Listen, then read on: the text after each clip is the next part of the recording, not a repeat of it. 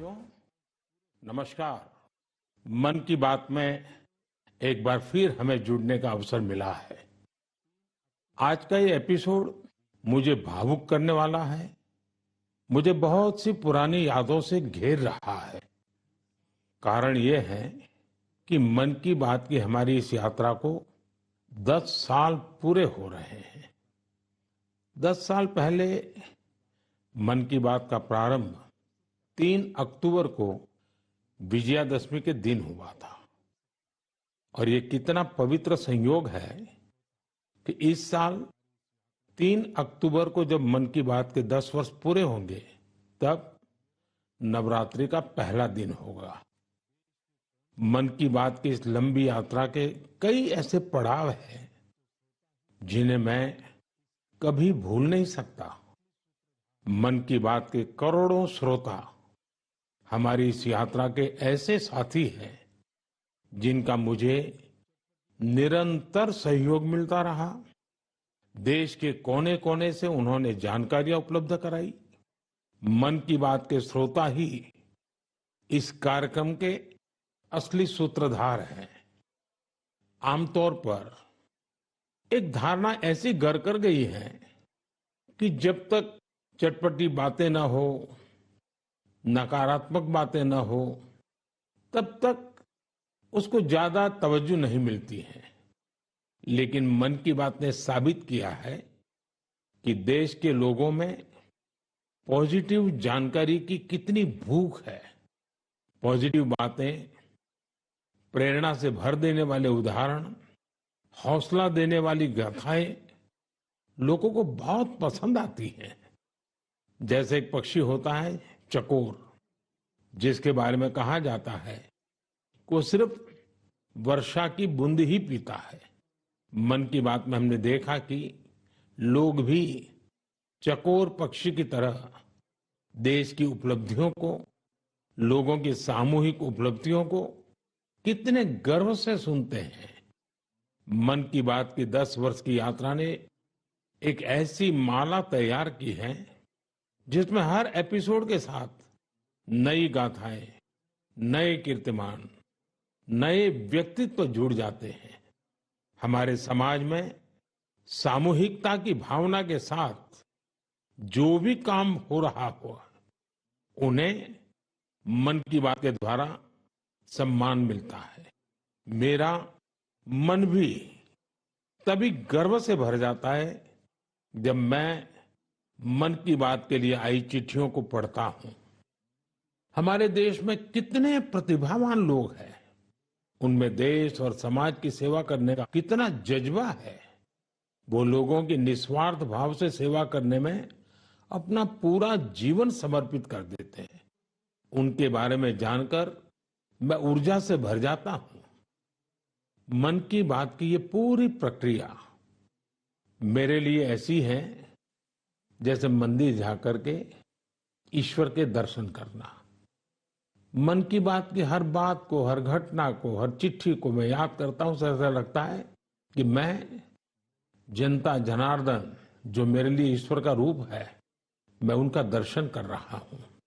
साथियों, मैं आज दूरदर्शन, प्रसार भारती और ऑल इंडिया रेडियो से जुड़े सभी लोगों की भी सराहना करूंगा। उनके अथक प्रयासों से मन की बात इस महत्वपूर्ण पड़ाव तक पहुंचा है। मैं विभिन्न टीवी चैनल्स को, रीजनल टीवी चैनल्स का भी आभारी हूं, जिन्होंने लगातार इसे दिखाया है। मन की बात के द्वारा हमने जिन मुद्दों को उठाया, उन्हें लेकर कई मीडिया हाउसेज ने मुहिम भी चलाई। मैं प्रिंट मीडिया को भी धन्यवाद देता हूं कि उन्होंने इसे घर घर तक पहुंचाया। मैं उन यूट्यूबर्स को भी धन्यवाद दूंगा जिन्होंने मन की बात पर अनेक कार्यक्रम किए। इस कार्यक्रम को देश की 22 भाषाओं के साथ 12 विदेशी भाषाओं में भी सुना जा सकता है। मुझे अच्छा लगता है जब लोग ये कहते हैं कि उन्होंने मन की बात कार्यक्रम को अपनी स्थानीय भाषा में सुना। आप में से बहुत से लोगों को ये पता होगा कि मन की बात कार्यक्रम पर आधारित एक क्विज कंपटीशन भी चल रहा है जिसमें कोई भी व्यक्ति हिस्सा ले सकता है। mygov.in पर जाकर आप इस कंपटीशन में हिस्सा ले सकते हैं और इनाम भी जीत सकते हैं। आज इस महत्वपूर्ण पड़ाव पर मैं एक बार फिर आप सबसे आशीर्वाद मांगता हूं। पवित्र मन और पूर्ण समर्पण भाव से मैं इसी तरह भारत के लोगों की महानता के गीत गाता रहूं। देश की सामूहिक शक्ति को हम सब इसी तरह सेलिब्रेट करते रहें, यही मेरी ईश्वर से प्रार्थना है, जनता जनार्दन से प्रार्थना है। मेरे प्यारे देशवासियों, पिछले कुछ सप्ताह से देश के अलग अलग हिस्सों में जबरदस्त बारिश हो रही है। बारिश का ये मौसम हमें याद दिलाता है कि जल संरक्षण कितना जरूरी है, पानी बचाना कितना जरूरी है। बारिश के दिनों में बचाया गया पानी जल संकट के महीनों में बहुत मदद करता है और यही कैच द रेन जैसे अभियानों की भावना है। मुझे खुशी है कि पानी के संरक्षण को लेकर कई लोग नई पहल कर रहे हैं। ऐसा ही एक प्रयास उत्तर प्रदेश के झांसी में देखने को मिला है। आप जानते ही हैं कि झांसी बुंदेलखंड में है, जिसकी पहचान पानी की किल्लत से जुड़ी हुई है। यहाँ झांसी में कुछ महिलाओं ने गुरारी नदी को नया जीवन दिया है। ये महिलाएं सेल्फ हेल्प ग्रुप से जुड़ी हैं और उन्होंने जल सहेली बनकर इस अभियान का नेतृत्व किया है।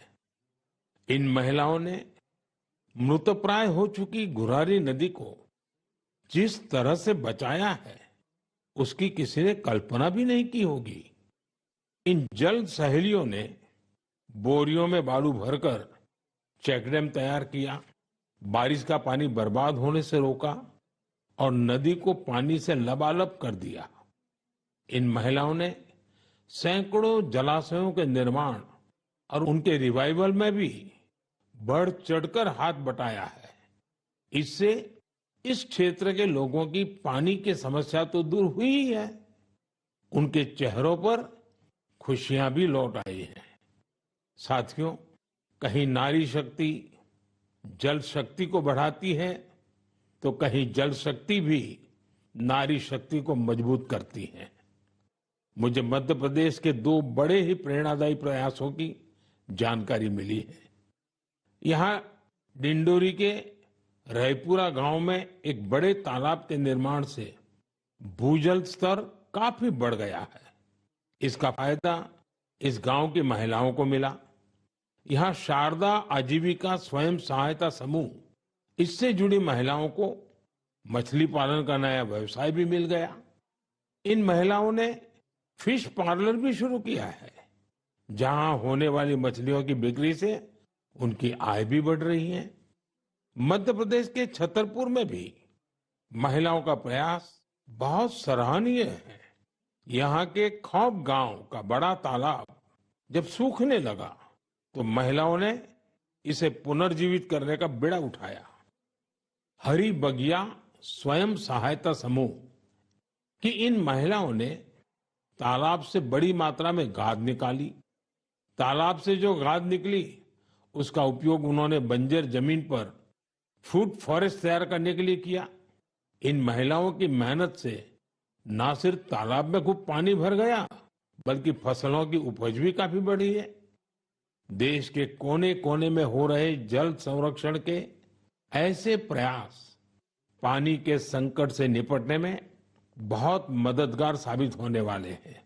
मुझे पूरा भरोसा है कि आप भी अपने आसपास हो रहे हैं ऐसे प्रयासों से जरूर जुड़ेंगे। मेरे प्यारे देशवासियों, उत्तराखंड के उत्तरकाशी में एक सीमावर्ती गांव है जाला। यहाँ के युवाओं ने अपने गांव को स्वच्छ रखने के लिए एक खास पहल शुरू की है। वे अपने गांव में धन्यवाद प्रकृति या कहें थैंक यू नेचर अभियान चला रहे हैं। इसके तहत गांव में रोजाना 2 घंटे सफाई की जाती है। गांव की गलियों में बिखरे हुए कूड़े को समेटकर उसे गांव के बाहर तय जगह पर डाला जाता है। इससे जाला गांव भी स्वच्छ हो रहा है और लोग जागरूक भी हो रहे हैं। आप सोचिए, अगर ऐसे ही हर गांव, हर गली, हर मोहल्ला अपने यहाँ ऐसा ही थैंक यू अभियान शुरू कर दें तो कितना बड़ा परिवर्तन आ सकता है। साथियों, स्वच्छता को लेकर पुडुचेरी के समुद्र तट पर भी जबरदस्त मुहिम चलाई जा रही है। यहाँ रम्या जी नाम की महिला माहे म्युनिसिपैलिटी और इसके आसपास के क्षेत्र के युवाओं की एक टीम का नेतृत्व कर रही है। इस टीम के लोग अपने प्रयासों से माहे एरिया और खासकर वहां के बीचेस को पूरी तरह साफ सुथरा बना रहे हैं। साथियों, मैंने यहां सिर्फ 2 प्रयासों की चर्चा की है, लेकिन हम आसपास देखें तो पाएंगे कि देश के हर किस हिस्से में स्वच्छता को लेकर कोई न कोई अनोखा प्रयास जरूर चल रहा है। कुछ ही दिन बाद आने वाले 2 अक्टूबर को स्वच्छ भारत मिशन के 10 साल पूरे हो रहे हैं।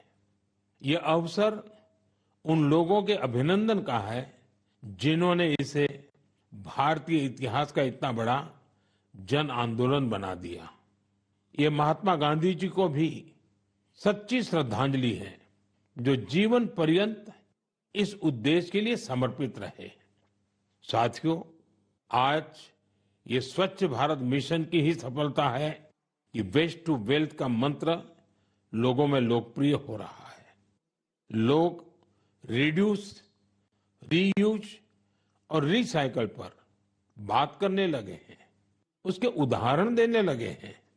अब जैसे मुझे केरला में कोझिकोड में एक शानदार प्रयास के बारे में पता चला। यहाँ 74 ईयर के सुब्रमण्यम जी 23,000 से अधिक कुर्सियों की मरम्मत करके उन्हें दोबारा काम, लोग तो उन्हें रिड्यूस, रीयूज और रिसाइकल यानी RRR चैंपियन भी कहते हैं। उनके इन अनूठे प्रयासों को कोझिकोड सिविल स्टेशन, पीडब्ल्यूडी और LIC के दफ्तरों में देखा जा सकता है। साथियों, स्वच्छता को लेकर जारी अभियान से हमें ज्यादा से ज्यादा लोगों को जोड़ना है और ये अभियान किसी एक दिन का, एक साल का नहीं होता है। ये युगों युगों तक निरंतर करने वाला काम है। ये जब तक हमारा स्वभाव बन जाए स्वच्छता, तब तक करने का काम है। मेरा आप सबसे आग्रह है कि आप भी अपने परिवार, दोस्तों, पड़ोसियों या सहकर्मियों के साथ मिलकर स्वच्छता अभियान में हिस्सा जरूर लें। मैं एक बार फिर स्वच्छ भारत मिशन की सफलता पर आप सभी को बधाई देता हूं। मेरे प्यारे देशवासियों, हम सभी को अपनी विरासत पर बहुत गर्व है और मैं तो हमेशा कहता हूं, विकास भी, विरासत भी। यही वजह है कि मुझे हाल की अपनी अमेरिका यात्रा के एक खास पहलू को लेकर बहुत सारे संदेश मिल रहे हैं। एक बार फिर हमारी प्राचीन कलाकृतियों की वापसी को लेकर बहुत चर्चा हो रही है। मैं इसे लेकर आप सबकी भावनाओं को समझ सकता हूं और मन की बात के श्रोताओं को भी इस बारे में बताना चाहता हूं। साथियों, अमेरिका की मेरी यात्रा के दौरान अमेरिकी सरकार ने भारत को करीब 300 प्राचीन कलाकृतियों को वापस लौटाया है। अमेरिका के राष्ट्रपति बाइडेन ने पूरा अपनापन दिखाते हुए डेलावेयर के अपने निजी आवास में इनमें से कुछ कलाकृतियों को मुझे दिखाया। लौटाई गई कलाकृतियां टेराकोटा, स्टोन, हाथी के दांत, लकड़ी, तांबा और कांसे जैसी चीजों से बनी हुई है। इनमें से कई तो 4000 साल पुरानी है। 4000 साल पुरानी कलाकृतियों से लेकर 19वीं सदी तक की कलाकृतियों को अमेरिका ने वापस किया है।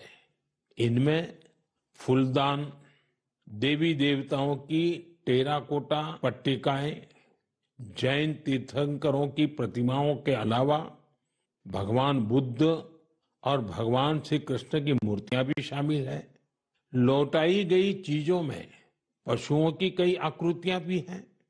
पुरुष और महिलाओं की आकृतियों वाली जम्मू कश्मीर की टेराकोटा टाइल्स तो बेहद ही दिलचस्प है।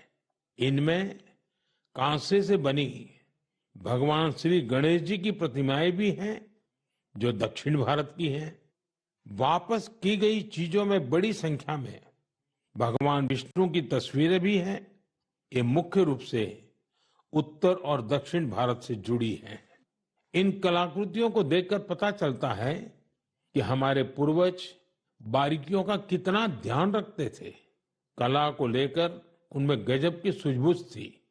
इनमें से बहुत सी कलाकृतियों को तस्करी और दूसरे अवैध तरीकों से देश के बाहर ले जाया गया था। यह गंभीर अपराध है। एक तरह से यह अपनी विरासत को खत्म करना जैसा है। लेकिन मुझे इस बात की बहुत खुशी है कि पिछले एक दशक में ऐसी कई कलाकृतियां और हमारी बहुत सारी प्राचीन धरोहरों की घर वापसी हुई है। इस दिशा में आज भारत कई देशों के साथ मिलकर काम भी कर रहा है। मुझे विश्वास है, जब हम अपनी विरासत पर गर्व करते हैं तो दुनिया भी उसका सम्मान करती है। और उसी का नतीजा है कि आज विश्व के कई देश हमारे यहां से गई हुई ऐसी कलाकृतियों को हमें वापस दे रहे हैं। मेरे प्यारे साथियों, अगर मैं पूछूं कि कोई बच्चा कौन सी भाषा सबसे आसानी से और जल्दी सीखता है, तो आपका जवाब होगा मातृभाषा। हमारे देश में लगभग 20,000 भाषाएं और बोलियां हैं और ये सब की सब किसी न किसी की तो मातृभाषा है ही है। कुछ भाषाएं ऐसी हैं जिनका उपयोग करने वालों की संख्या बहुत कम है। लेकिन आपको ये जानकर खुशी होगी कि उन भाषाओं को संरक्षित करने के लिए आज अनोखे प्रयास हो रहे हैं। ऐसी ही एक भाषा है हमारी संथाली भाषा। संथाली को डिजिटल इनोवेशन की मदद से नई पहचान देने का अभियान शुरू किया गया है। संथाली हमारे देश के कई राज्यों में रह रहे संथाल जनजातीय समुदाय के लोग बोलते हैं। भारत के अलावा बांग्लादेश, नेपाल और भूटान में भी संथाली बोलने वाले आदिवासी समुदाय मौजूद है। संथाली भाषा की ऑनलाइन पहचान तैयार करने के लिए ओडिशा के मयूरभंज में रहने वाले श्रीमान रामजी टूडू एक अभियान चला रहे हैं। रामजीत जी ने एक ऐसा डिजिटल प्लेटफॉर्म तैयार किया है जहां संथाली भाषा से जुड़े साहित्य को पढ़ा जा सकता है और संथाली भाषा में लिखा जा सकता है। दरअसल कुछ साल पहले जब रामजीत जी ने मोबाइल फोन का इस्तेमाल शुरू किया तो इस बात से दुखी हुए कि वो अपनी मातृभाषा में संदेश नहीं दे सकते। इसके बाद वो संथाली भाषा की लिपि ओल्ड चिकी को टाइप करने की संभावनाएं तलाश करने लगे। अपने कुछ साथियों की मदद से उन्होंने ओल्ड चिकी में टाइप करने की तकनीक विकसित कर ली। आज उनके प्रयासों से संथाली भाषा में लिखे लेख लाखों लोगों तक पहुंच रहे हैं। साथियों, जब हमारे दृढ़ संकल्प के साथ सामूहिक भागीदारी का संगम होता है तो पूरे समाज के लिए अद्भुत नतीजे सामने आते हैं। इसका सबसे ताजा उदाहरण है एक पेड़ मां के नाम। ये अभियान अद्भुत अभियान रहा। जन भागीदारी का ऐसा उदाहरण वाकई बहुत प्रेरित करने वाला है। पर्यावरण संरक्षण को लेकर शुरू किए गए इस अभियान में देश के कोने कोने में लोगों ने कमाल कर दिखाया है। उत्तर प्रदेश, गुजरात, मध्य प्रदेश, राजस्थान और तेलंगाना ने लक्ष्य से अधिक संख्या में पौधारोपण कर नया रिकॉर्ड बनाया है। इस अभियान के तहत उत्तर प्रदेश में 26 करोड़ से ज्यादा पौधे लगाए गए। गुजरात के लोगों ने 15 करोड़ से ज्यादा पौधे रोपे। राजस्थान में केवल अगस्त महीने में ही 6 करोड़ से अधिक पौधे लगाए गए हैं। देश के हजारों स्कूल भी इस अभियान में जोर शोर से हिस्सा ले रहे हैं। साथियों, हमारे देश में पेड़ लगाने के अभियान से जुड़े कितने ही उदाहरण सामने आते रहे हैं। ऐसा ही एक उदाहरण है तेलंगाना के एन राजशेखर जी का। पेड़ लगाने के लिए उनकी प्रतिबद्धता हम सबको हैरान कर देती है। करीब 4 साल पहले उन्होंने पेड़ लगाने की मुहिम शुरू की। उन्होंने तय किया कि हर रोज एक पेड़ जरूर लगाएंगे। उन्होंने इस मुहिम का कठोर व्रत की तरह पालन किया। वो 1500 से ज्यादा पौधे लगा चुके हैं। सबसे बड़ी बात यह है कि इस साल एक हादसे का शिकार होने के बाद भी वे अपने संकल्प से डिगे नहीं। मैं ऐसे सभी प्रयासों की हृदय से सराहना करता हूं। मेरा आपसे भी आग्रह है कि एक पेड़ मां के नाम इस पवित्र अभियान से आप जरूर जुड़िए। मेरे प्यारे साथियों, आपने देखा होगा हमारे आसपास कुछ लोग ऐसे होते हैं जो आपदा में धैर्य नहीं खोते बल्कि उससे सीखते हैं। ऐसी ही एक महिला है सुभाश्री, जिन्होंने अपने प्रयास से दुर्लभ और बहुत उपयोगी जड़ी बूटियों का एक अद्भुत बगीचा तैयार किया है। वो तमिलनाडु के मदुराई की रहने वाली हैं। वैसे तो पेशे से वो एक टीचर है, लेकिन औषधीय वनस्पतियां, मेडिकल हर्ब्स के प्रति उन्हें गहरा लगाव है। उनका ये लगाव 80 के दशक में तब शुरू हुआ जब एक बार उनके पिता को जहरीले सांप ने काट लिया। तब पारंपरिक जड़ी बूटियों ने उनके पिता की सेहत सुधारने में काफी मदद की थी। इस घटना के बाद उन्होंने पारंपरिक औषधियों और जड़ी बूटियों की खोज शुरू की। आज मदुराई के वेरीचियूर गांव में उनका अनोखा हर्बल गार्डन है, जिसमें 500 से ज्यादा दुर्लभ औषधीय पौधे हैं। अपने इस बगीचे को तैयार करने के लिए उन्होंने कड़ी मेहनत की है। एक एक पौधे को खोजने के लिए उन्होंने दूर दूर तक यात्राएं की, जानकारियां जुटाई और कई बार दूसरे लोगों से मदद भी मांगी। कोविड के समय उन्होंने इम्यूनिटी बढ़ाने वाली जड़ी बूटियां लोगों तक पहुंचाई। आज उनके हर्बल गार्डन को देखने के लिए लोग दूर दूर से आते हैं। वो सब पौधों की जानकारी और उनके उपयोग के बारे में बताती हैं। सुभाश्री हमारी उस पारंपरिक विरासत को आगे बढ़ा रही हैं, जो सैकड़ों वर्षों से हमारी संस्कृति का हिस्सा है। उनका हर्बल गार्डन हमारे अतीत को भविष्य से जोड़ता है। उन्हें हमारी ढेर सारी शुभकामनाएं।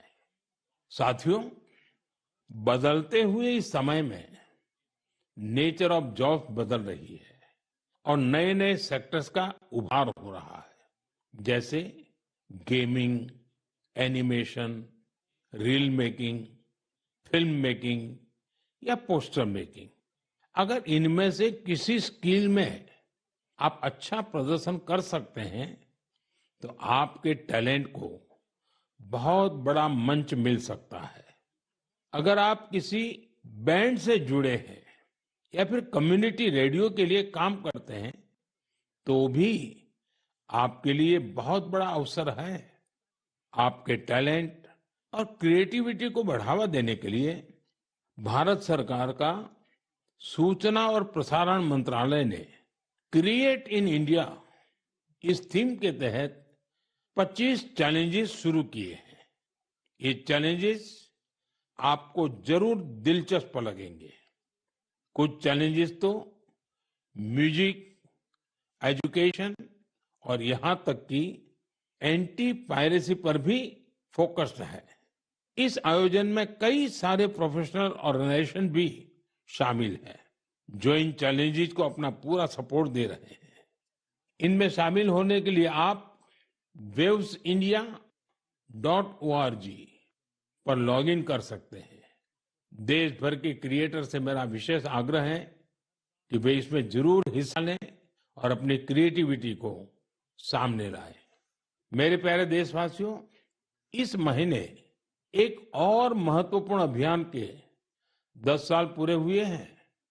इस अभियान की सफलता में देश के बड़े उद्योगों से लेकर छोटे दुकानदारों तक का योगदान शामिल है। मैं बात कर रहा हूं मेक इन इंडिया की।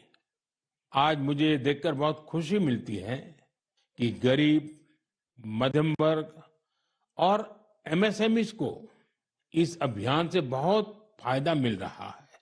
इस अभियान ने हर वर्ग के लोगों को अपना टैलेंट सामने लाने का अवसर दिया है। आज भारत मैन्युफैक्चरिंग का पावर हाउस बना है और देश की युवा शक्ति की वजह से दुनिया भर की नजरें हम पर है। ऑटोमोबाइल्स हो, टेक्सटाइल्स हो, एविएशन हो, इलेक्ट्रॉनिक्स हो या फिर डिफेंस, हर सेक्टर में देश का एक्सपोर्ट लगातार बढ़ रहा है। देश में एफडीआई का लगातार बढ़ना भी हमारे मेक इन इंडिया की सफलता की गाथा कह रहा है। अब हम मुख्य रूप से 2 चीजों पर फोकस कर रहे हैं। पहली है क्वालिटी, यानी हमारे देश में बनी चीजें ग्लोबल स्टैंडर्ड की हो। दूसरी है वोकल फॉर लोकल, यानी स्थानीय चीजों को ज्यादा से ज्यादा बढ़ावा मिले। मन की बात में हमने hashtag my product my pride की भी चर्चा की है। लोकल प्रोडक्ट को बढ़ावा देने से देश के लोगों को किस तरह से फायदा होता है, इसे एक उदाहरण से समझा जा सकता है। महाराष्ट्र के भंडारा जिले में टेक्सटाइल की एक पुरानी परंपरा है, Bhandara tussar silk handloom. Tussar silk अपने डिजाइन, रंग और मजबूती के लिए जानी जाती है। भंडारा के कुछ हिस्सों में 50 से भी अधिक सेल्फ हेल्प ग्रुप इसे संरक्षित करने का काम में जुटे हैं। इनमें महिलाओं की बहुत बड़ी भागीदारी है। यह सिल्क तेजी से लोकप्रिय हो रही है और स्थानीय समुदायों को सशक्त बना रही है। और यही तो मेक इन इंडिया की स्पिरिट है। साथियों, त्योहारों के इस मौसम में आप फिर से अपना पुराना संकल्प भी जरूर दोहराइए। कुछ भी खरीदेंगे वो मेड इन इंडिया ही होना चाहिए। कुछ भी गिफ्ट देंगे वो भी मेड इन इंडिया ही होना चाहिए। सिर्फ मिट्टी के दिए खरीदना ही वोकल फॉर लोकल नहीं है। आपको अपने क्षेत्र में बने स्थानीय उत्पादों को ज्यादा से ज्यादा प्रमोट करना चाहिए। ऐसा कोई भी प्रोडक्ट जिसे बनाने में भारत के किसी कारीगर का पसीना लगा है, जो भारत की मिट्टी में बना है, वो हमारा गर्व है। हमें इसी गौरव पर हमेशा 4 चांद लगाने हैं। साथियों, मन की बात के इस एपिसोड में मुझे आपसे जुड़कर बहुत अच्छा लगा। इस कार्यक्रम से जुड़े अपने विचार और सुझाव हमें जरूर भेजिएगा। मुझे आपके पत्रों और संदेशों की प्रतीक्षा है। कुछ ही दिन बाद त्योहारों का सीजन शुरू होने वाला है। नवरात्र से इसकी शुरुआत होगी और फिर अगले 2 महीने तक पूजा पाठ, व्रत, त्योहार, उमंग उल्लास, चारों तरफ यही वातावरण छाया रहेगा। मैं आने वाले त्योहारों की आप सबको बहुत बहुत बधाई देता हूं। आप सभी अपने परिवार और अपने प्रियजनों के साथ त्योहार का खूब आनंद लें और दूसरों को भी अपने आनंद में शामिल करें। अगले महीने मन की बात कुछ और नए विषयों के साथ आपसे जुड़ेंगे। आप सबका बहुत बहुत धन्यवाद।